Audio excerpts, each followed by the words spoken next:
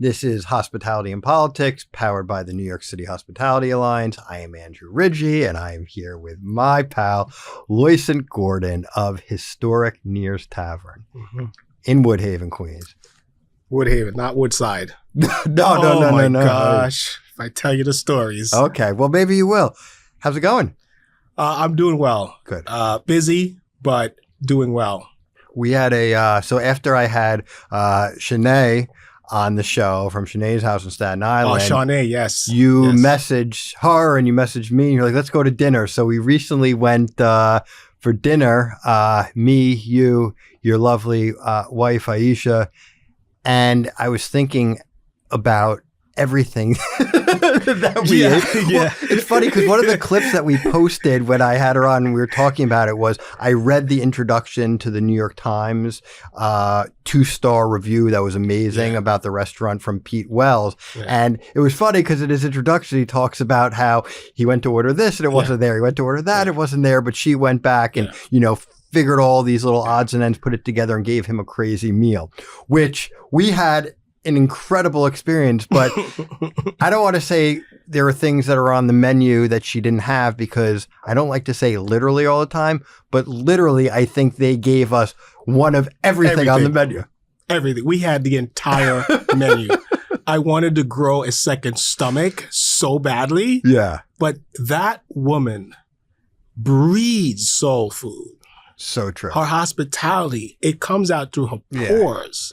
Man. I'm Jason inspired. in the kitchen, the whole family there, and then the kids on the couch afterward. It's just everything about it is just a wonderful, wonderful experience. And I'm still eating from that. Yeah, your wife, me and you, we were all like, they brought up boxes to take everything. We're like trying to figure out first. It was like, trying to figure out where we could fit things on the table. Yeah. And like, okay, you take some of the collard greens, you take some of this, you take the ox, it was amazing. But that just goes to show you the type of person she is. Yeah. And it just bleeds throughout the restaurant. Totally. And that's why her success, I believe, is so, just really just growing and blowing up because it's reverberating throughout this industry we call, hospitality. Yeah. And I'm inspired by her. Right, so we love Shaw-naé. That dinner was absolutely amazing. But we're here with you, Loy, to talk about historic Neir's Tavern. So let's explain to the world who may not know about historic Neir's Tavern. Can you give me and us a background on the bar? A short history? Yeah. So I affectionately call it, I think it was one of these news stories actually said this and I started adopting it. It's the most famous bar you've never heard of. Okay. Because it's been around for nearly 200 years, but yet large part of New York City and the world still doesn't know it exists. It's really a true destination. But it started from 1829 when the most famous horse racing track was established. They said that the city of New York was empty. So many people would go to this destination to watch the horse racing that they were like, the city was empty. And so a businessman decided to open a bar right across from the entrance.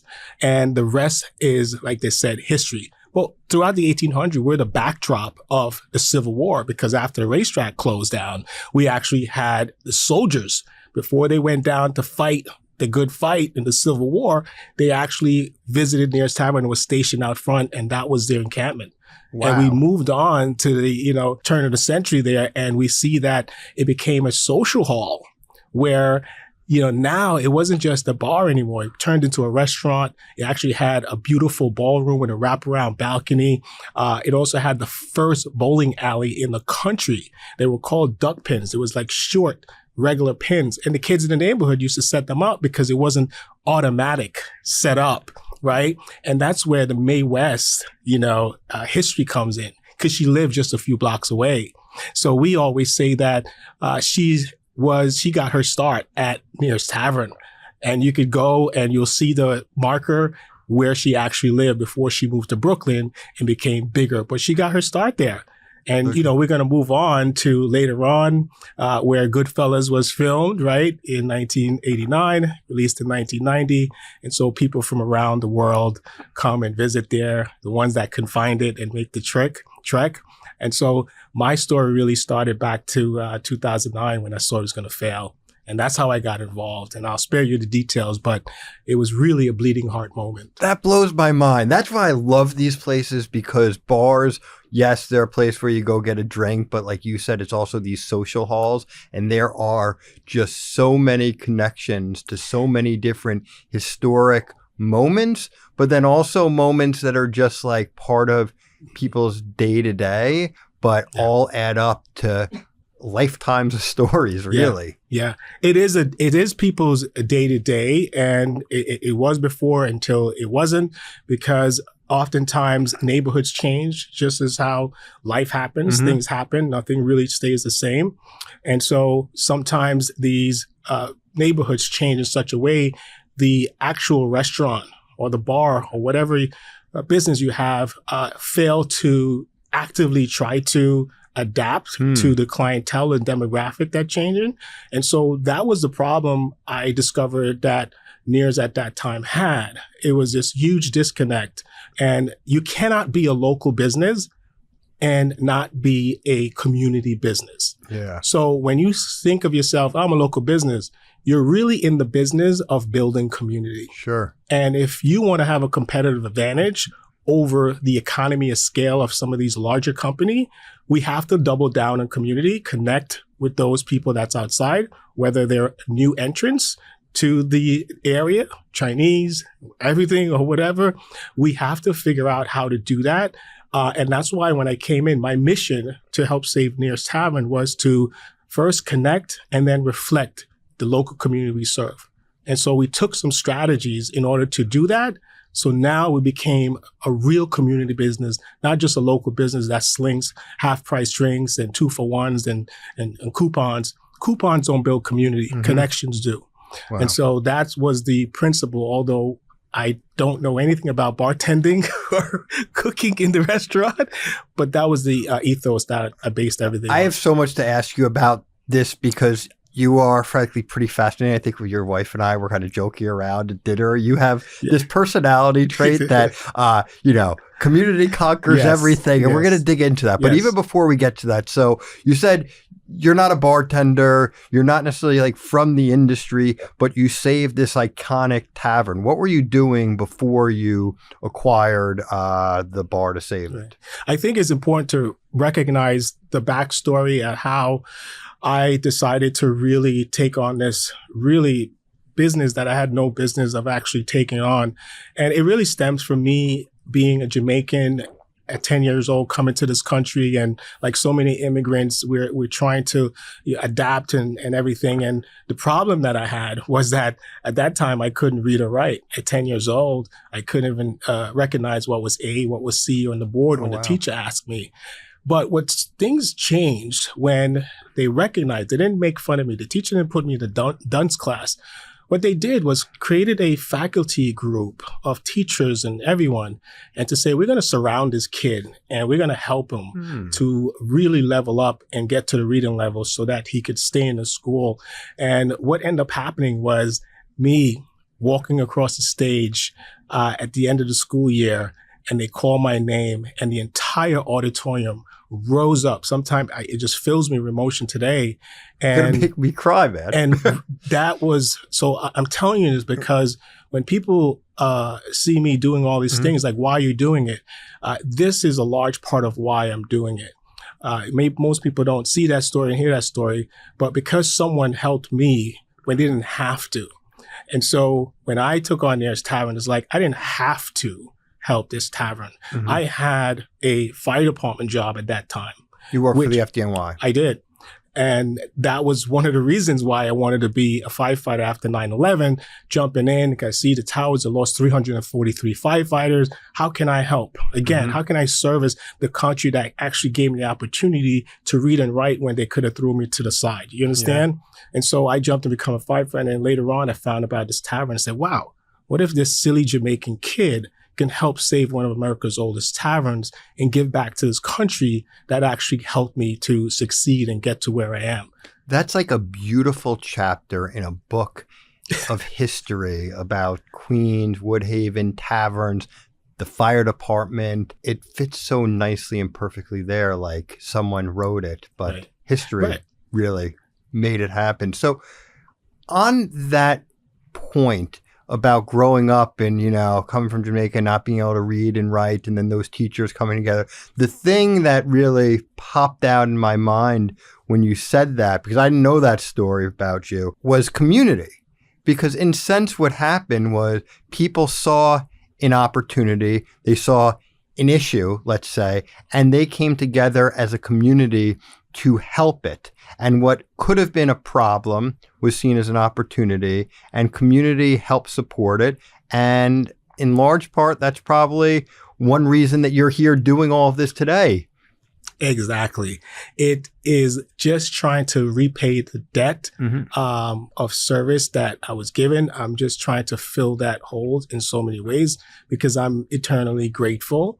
And if you look at the entire story of Neir's Tavern and you go back to when 10 years later, when we lost our lease and I was trying to pay it all by my lonesome in the office, can't really make dollar out of, to $10. I called on this community in so many ways, created a strategic plan.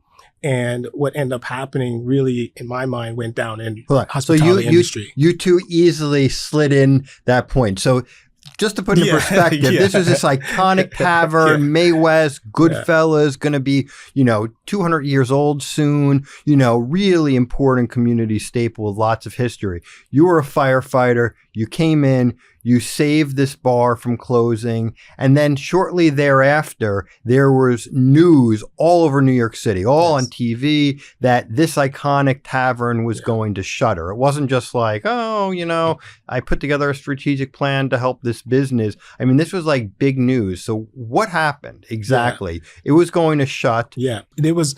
So, you have to understand 2009, I took it over. That was my little effort. And I was trying to just do the whole community thing and whatever. But the lease ran out after 10 years.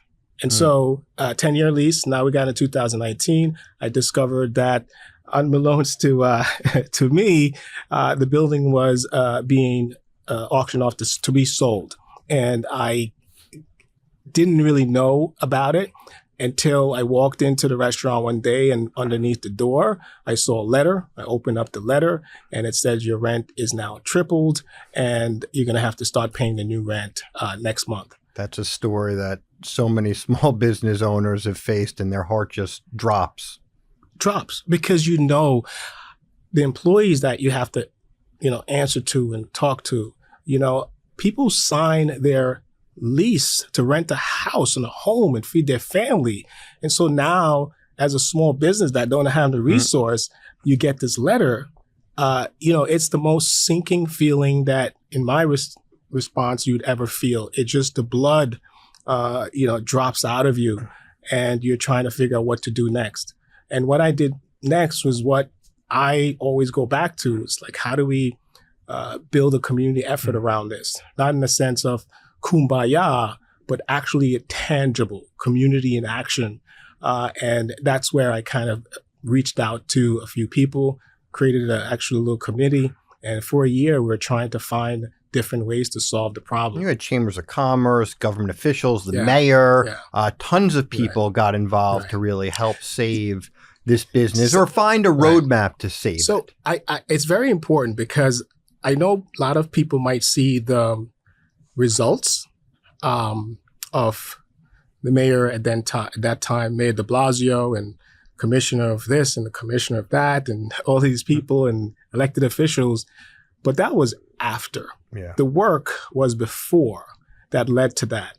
And the work was getting those guests that actually cared, to give them an opportunity to encourage reciprocity of what I had done over the 10 years of truly giving and trying to serve as best as possible in what I know how. Yeah. And we created that committee.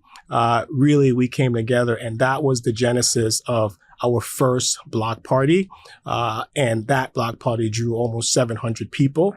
And so we got a lot of publicity, and that kind of built the momentum. So when I started to pay this rent and it just wasn't really enough, I had to really make a decision. We ran out of money.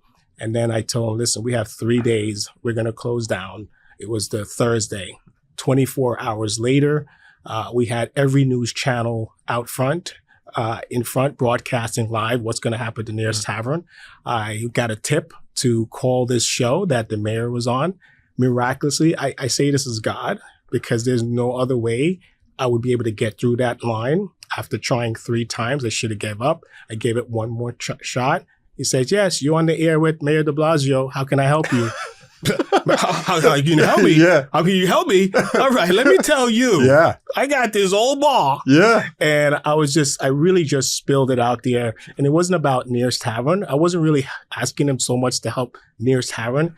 It was to help our industry. It was to help our small business. How do we solve this crisis that we continually have? And he says, okay, I already know who you are. I saw it in the New York Times. I saw it on NBC. I saw all this stuff. So what do you need?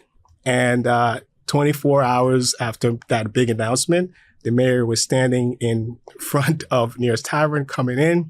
And actually before that, he encouraged us, listen, get with these people. We're locked. So Tom Gretsch was a Chamber of Commerce. Yeah, president of the Queen's He Chamber tells of it Commerce. better. Yeah. I'm not going to skip over this. So when the mayor came that night, but he says, yeah, and we were locked in this room with the landlord, all these elected officials and law, and I was in here and I closed the door and I told him nobody leaves till we get a deal.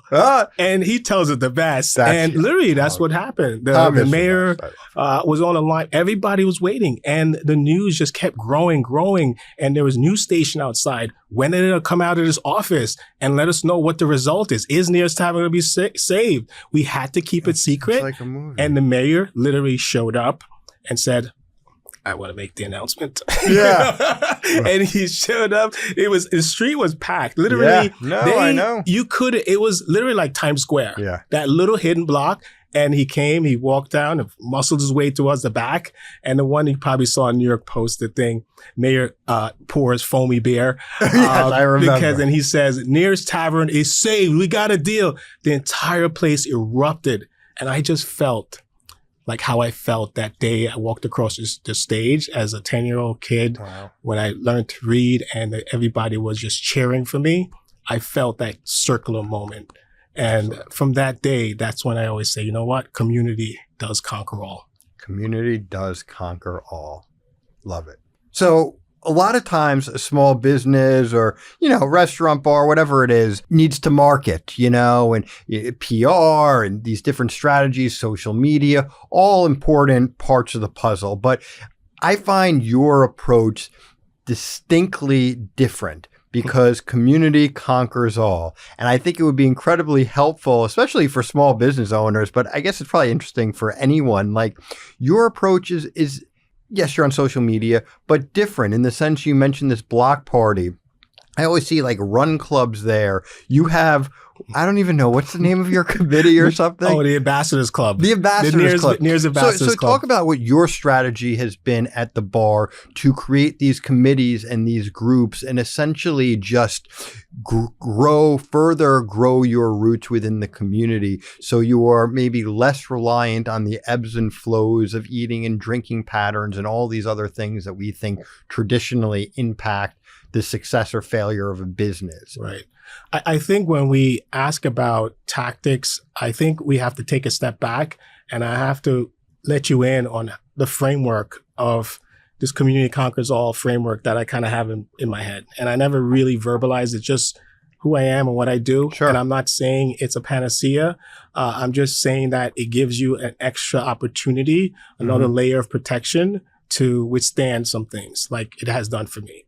And so the 3 pillars of my community conquers all is first, most small business and most of us doesn't have that compelling story. They do, but they're unable to put it together in such a way that it can serve the business and connect with audience. Their connection with audience is giving a coupon. And there's nothing wrong with that. There's a time and place. But oftentimes people don't really choose you over and over and over again over a coupon so much. They choose you because your story resonates with them in some way, Sure. right? So that compelling story is very important to have. Whatever it is, extract it, put it together. And the second part of that 3-part like idea of community conquers all is community curation. How do you actually get people to take action, right? You say we have community, but what happens when you help the community and community doesn't help you when you need it? Right? What did we not do correctly to make sure that connection made?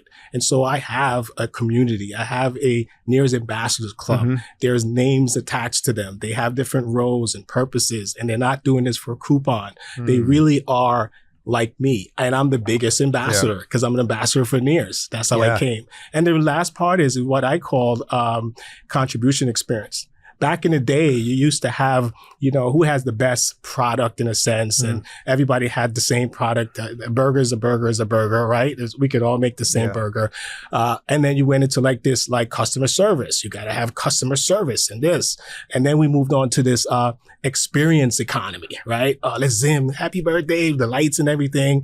I think the future of hospitality is a contribution experience. And that really is to employ your guests to take action on something that serves them the most individually. And so the Ambassadors Club is a case study to see how we can put that community conquers all framework into play to actually help the restaurant. Because at the end of the day, small business, especially local business and restaurants, I believe are the soul of the neighborhood. Amen. Really, they are.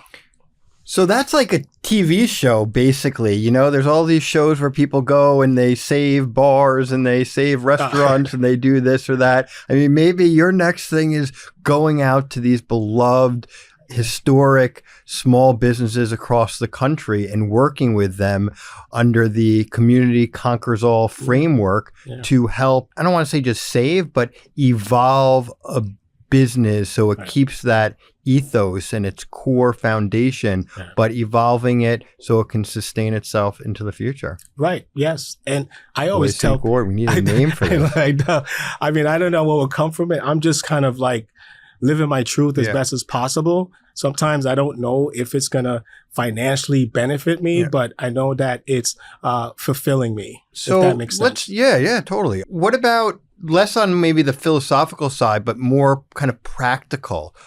What have you learned as a bar owner? Is there one or two things that you've learned just about running the business day to day that you're like, this piece of advice or experience that I have that I implemented the business has been incredibly successful? Right. Recipe cards, okay? Checklists, that's right. All of those things. Proper legal team. First, let's go back. Recipe card. Why? I mean, the basic. I mean, it seems probably obvious, but that is the foundation of your profitability, whether you're going to be profitable or not. If you do not have proper recipe cards that dictates what is this menu item going to cost me, and you don't build in enough cushion in there, you could be busy losing money. Outside of not having enough volume into restaurant, if you have enough volume, you're still losing money. Oftentimes, you got to trace it back to your recipe cards. Got it. All right. If things get more expensive, how do you know how much contribution to the bottom line is that item? What's your product mix like, right? What's your product mix? Maybe some items are selling more. Sometimes I used to just add everything that people say, oh, Lord, I love this. Can you do shrimp, this and that cocktail? And it's like, sure, let's do it. And then you have this diner menu, right? Yeah. You know what a diner menu is, right? And so we had to kind of reinvent ourselves a little bit and say, what are we good at? And really have a really nice compact menu that your team can execute well and do it often. Yeah. And it's more consistent. So I think the recipe card is, it's very important. It's it's very, very important to the profitability. That's the point. You mentioned like the diner menu, and unfortunately, I've seen actually some diner menus now because of hours and just the changing demographics and all this stuff have actually shrunk down. They're not like the same old huge 30-page laminated thing. Some places they are, and I love it. But you see it even in diners. You're talking about like the quality. How important is that? Because I know I've spoken with folks like, that have diners and like, just the customer in many ways has higher expectations. And when you think of like a tavern, some of them have good food, but, sometimes it's just normal bar food. How important is, obviously you want it to be good, but how much do you focus on quality of food, different, menu items, or is it more just kind of like a standard tavern menu that you've put together? Yeah. So I'm not telling you that, chef this or that or whatever. All I can say is that if I don't want my 9-year-old son to eat that one on the menu, or if I don't want my wife or this person, then, you're not really living to your truth, right? Yeah. To not living into the menu. So I look at the items on my menu, and some things are literally made fresh by hand. Some things we take a little shortcut with because it's not that, important in so many ways, right? You're not going to get that differentiated value in it. And so there's things that we do strategically to make sure that these items, which are, for example, 40% of our food is 2 items, burgers and wings. Makes sense. So why am I adding, chicken Parmesan? Why am I adding this spaghetti deal? This is what it is. Customers are speaking with their money and preference and choices. So it's really important to make sure that menu is optimized and reflect what you want to eat and what you would serve to your grandmother. So when you walk into Neir's for the day, what's the first thing that you're looking at? Are there key things that you walk into the bar and you're like, all right, I got to go look at this. I got to go look at that. So I know, but it has to be like the main, thing maybe is 2 things max. Someone told me that, restaurant owners, and you're there, you're like, I think they call it, your head is on a swivel. Yeah. Because it's like you're looking at everything. Yeah, like the chairs. And I've kind of given up because I get too crazy and trying to put in a better management system to actually execute. But the main thing is like, literally, I come in and I'm like, do I feel comfortable? Do I feel like, you come in and all 5 senses, okay, where are they, right? Because if you look at the customer, they're going to come in and if one sense in terms of your finance is off, you're going to already have on the losing, right?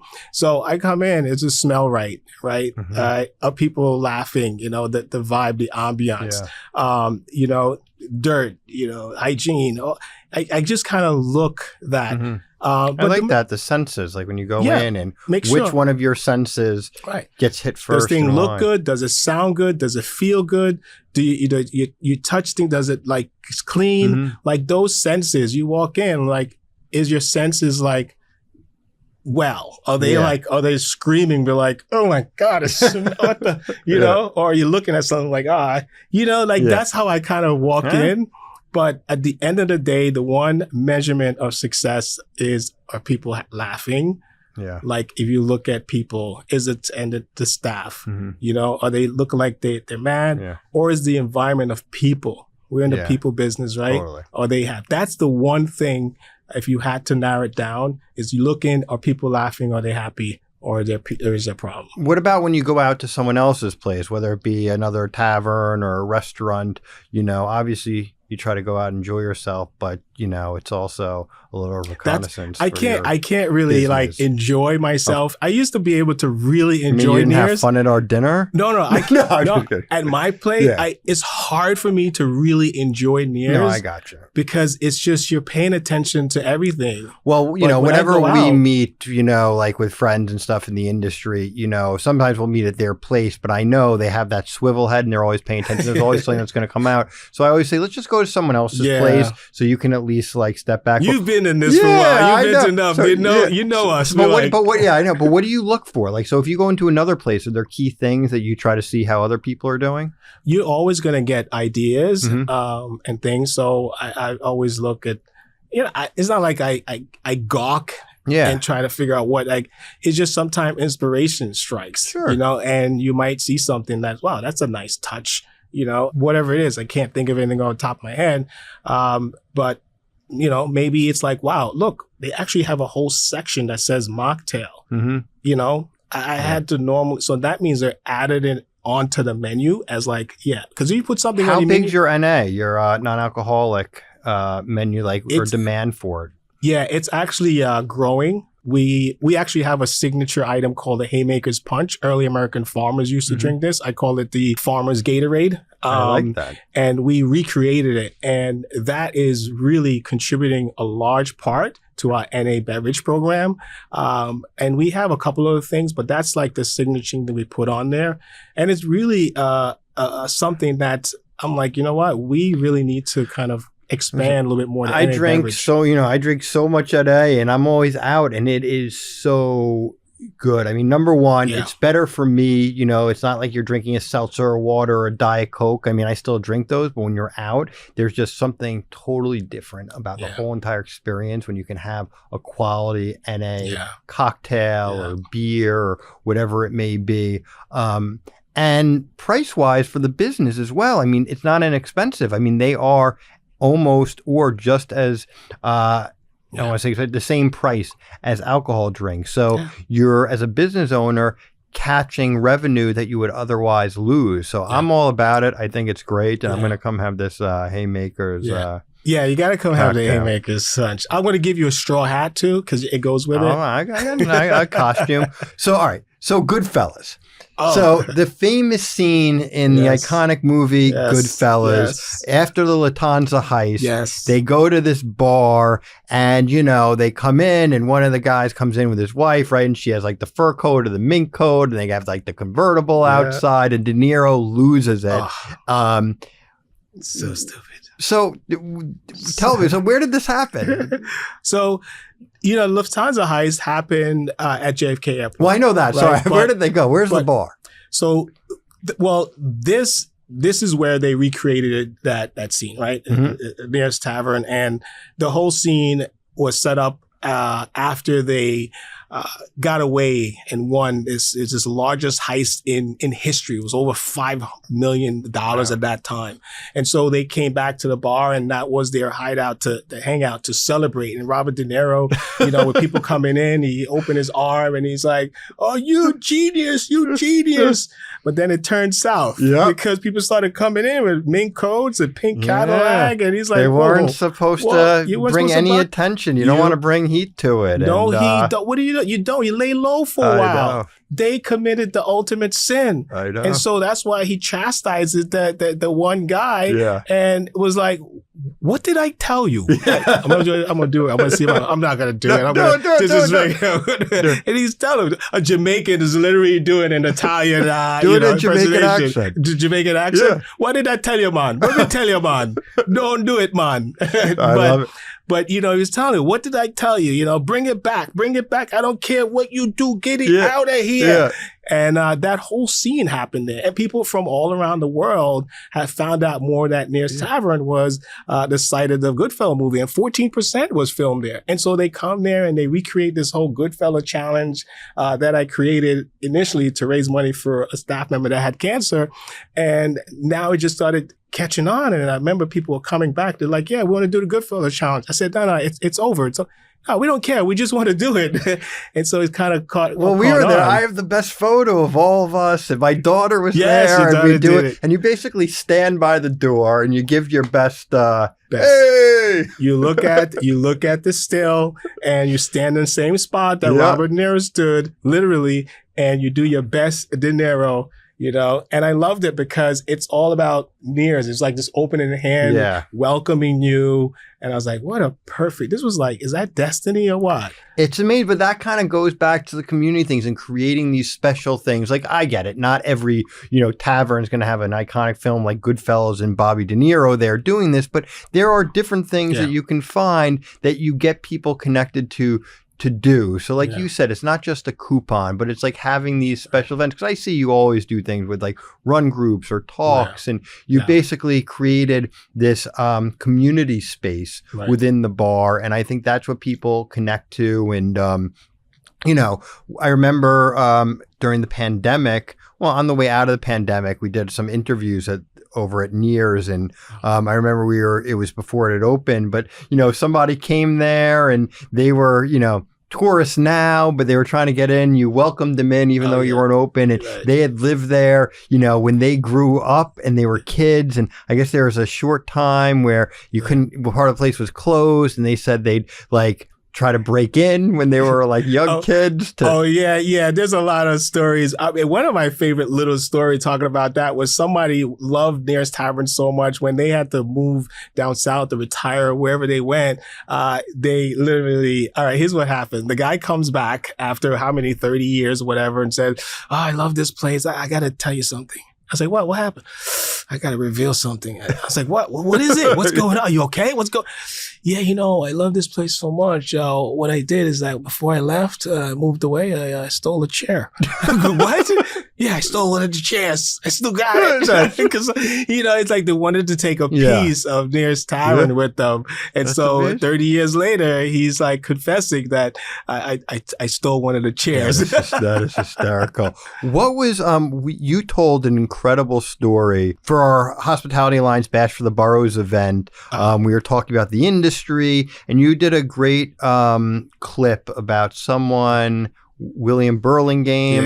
Can you tell that story? That was wonderful. Yeah, you know, so after, you know, getting control of Neir's and trying to bring it back, I started doing media interviews and stuff, all kind of just, I don't have a press person. People just call, they hear the story. Yeah. And we were on PBS, so one of the shows, and this guy wrote a letter, and I found about the letter because I opened it up, and you know those like yellow loose leaf sheet papers or whatever. So there was this whole letter written on it, and I looked at it, and I was like, and I'm reading it. He's like, "Yeah, my name is William Burlingame.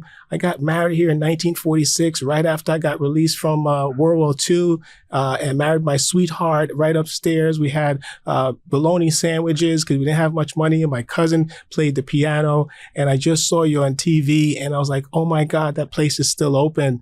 And he wrote the letter and said, I'm sorry, but for the snail mail, but I don't have a computer and I don't know how to use one. I was like, that's quite all right. So I invited him to Neir's, and it took a while, and he was bringing his wife and everything. We finally set it up. He walks in, his two daughters on each side of him. He walks in, and I look at him, and I was like, hey, where's your wife? You know, because this was like, you know, 70 something years of marriage, you know? And he says, a couple months ago, she passed away. And so it would have been the greatest reunion ever. And so what I did is I framed that letter and I put it up in the tavern and says, as long as I exist here and Neir's Tavern can continue, your family, your history, and your wife will always be remembered. So right at that side of the side door is his picture. You see his young photo of him and his marriage, his wife in the back of this car. They took it on the night of their wedding, and then the news covered it. It was a beautiful story. You have to see, I think it was New York One covered the story in some newspapers. And so I love that story because it's not just about our veterans, but it's also about the memories that some of these restaurants leave, that even after you forget them. And their daughters was like, Dad, is this where our family started? Now they're in their 60s, these women. He's like, yeah, right here. We got married and then we had you guys and we moved to Long Island. You know, this is it. That's and amazing. So I don't have a museum, but I want to say that Neir's Tavern in so many ways could be the people's museum. You know, we don't have money to rename a library after us. Not everybody is the president of the United States to have a library and stuff named, but we do have Neir's. If you built your legacy here, I would hope that as long as Neir's Tavern exists, your family and your legacy also exist. That's beautiful. What's next for Neir's? Is to get to 200 years. And what year are you now? So we're in 196 years. So that's this year. we're going to celebrate with our annual Road to 200 block party. We invite the community out. We give awards to some of the most amazing guests and supporters, some of our ambassadors and ambassador-like people. Yeah. We've had Cheryl Wills was one of our honorees for community journalism and reporting.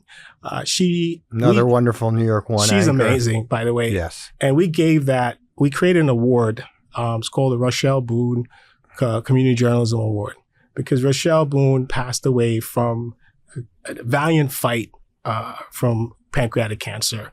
And as a fellow Jamaican, I just felt I needed to do something. And so I created an award. Every year at the annual Road 200 block party, we give it to a reporter that's doing incredible community journalism.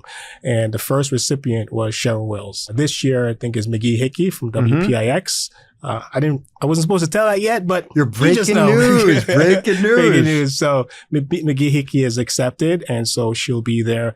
So these is not just about, me doing everything. It's about empowering others and highlighting those that are trying to build community and report on that. I love that. Yeah. So I know I don't have to tell you this, but enjoy every single moment, even the challenging ones on the road to 200. Yeah. And it's all these stories that you just told that, make it up. And I'm sure in those next few years, you'll have more stories to add to I have so much stories. legacy. I can't, it's too much. So what do you want your personal legacy and I guess professional legacy to be when it comes to Neir's and just contributions to that community? Yeah, it's a heavy question. I don't think about it a lot. I just kind of just lead with my heart, sometimes to my own detriment. But I want to say that, we all want to make a dent in this universe, right? I don't care how altruistic you are. You want to say, you know what, I existed. I made a difference before I leave. And having this street, named after Neir's Tavern, even if something happened on the road to 200, to have that there still and said, hey, something was so important that they named the street after it. That's I feel it's a good accomplishment. But the future of Neir's Tavern, I feel really is not just us finding ways to jump from lease to lease and things like that. Is us to really try to figure out how do we own our own building. It's doable, small enough, because that's a really an amazing and more sustainable path for the future, not to fight. But I really want everybody to understand that no matter what you're going through, and I always say, community is still important. We just, I think we're a little lost, and we need to practice it just like we're doctors. Doctors practice medicine. We're not going to get it right, but we have to practice, and that's where community will conquer all, Yeah. Well, listen, I know just obviously through our friendship, but you're a board member of the New York City Hospitality Alliance, and thank you for that. But what I really wanted to say about the relationship with the Alliance is I see how you show up. You can be part of things, you can contribute in different ways, but the one thing that I think actually contributes to your overall success is that you're someone that goes out of your way to show up, not just to the big things, but to the small things. And you're proactive, like, hey, there's this meeting in the community, something about the restaurant or bar, nightlife industry may come up. Like, can I go there and represent the Alliance, and let them know I'm a board member and make sure that our industry has a presence. And that is so important, because I think that's when life happens, when you show up and you put yourself out there, and then these unexpected things happen, like I can only imagine.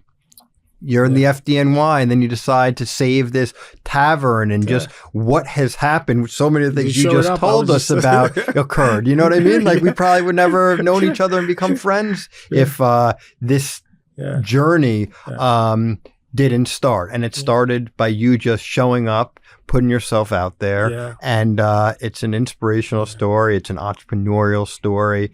And That's a fun story. Yeah. I think a lot of times as like, I'm a customer first. That's how I got into this. I was a guy that wanted to help.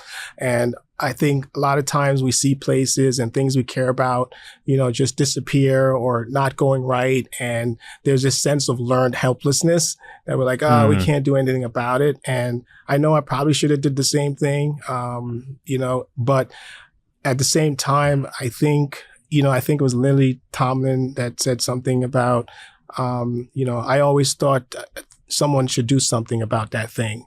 And then I realized I am somebody. And it's so true. We are somebody. We can take action, even if it's small. I'm not asking you to solve world peace, but it's to solve something within your little niche, right? And I think if we all kind of do that, and this is the philosophical thing, it's a little crazy. That's when we kind of move the needle. And, I'm going to tell you this now, when it comes to hospitality and local business, I really feel like we're losing the soul of our community the more of them close. And so I'm really trying to figure out, how do we keep Neir's Tavern sustainable? I do have the amazing transactional loyalty thing. I have Facebook ads running. I have all the traditional things that you're supposed to do, the recipe cards, the standard op. But at the end of the day, it's priceless when you could build connections among people to overcome a challenge that they felt they couldn't do on their own. I think it's part of that too, that just like positive Jamaican spirit. That Jamaican man. No problem, man. I know, easy. because everything Irish. I think that's what it is about. We were talking about it. Roots. No problem, man. It's good. Andrew. No, there's relax, Andrew. Well, listen, I know you pay it forward because I see all the stuff you do. Evan, right? Your son? Evan, yes. And we often set up the future by leading by example. You can tell kids and you can tell people to do things, but when they see you embody it, they tend to replicate, the behaviors that they see. And I see that you're passing on. So who knows? Maybe he'll end up, I don't know what exactly he'll do, but he's setting a great example. And, so many people can learn from that example and little pieces of wisdom. Andrew has his own just amazing story. I really respect the work that you're doing. I hope you understand that.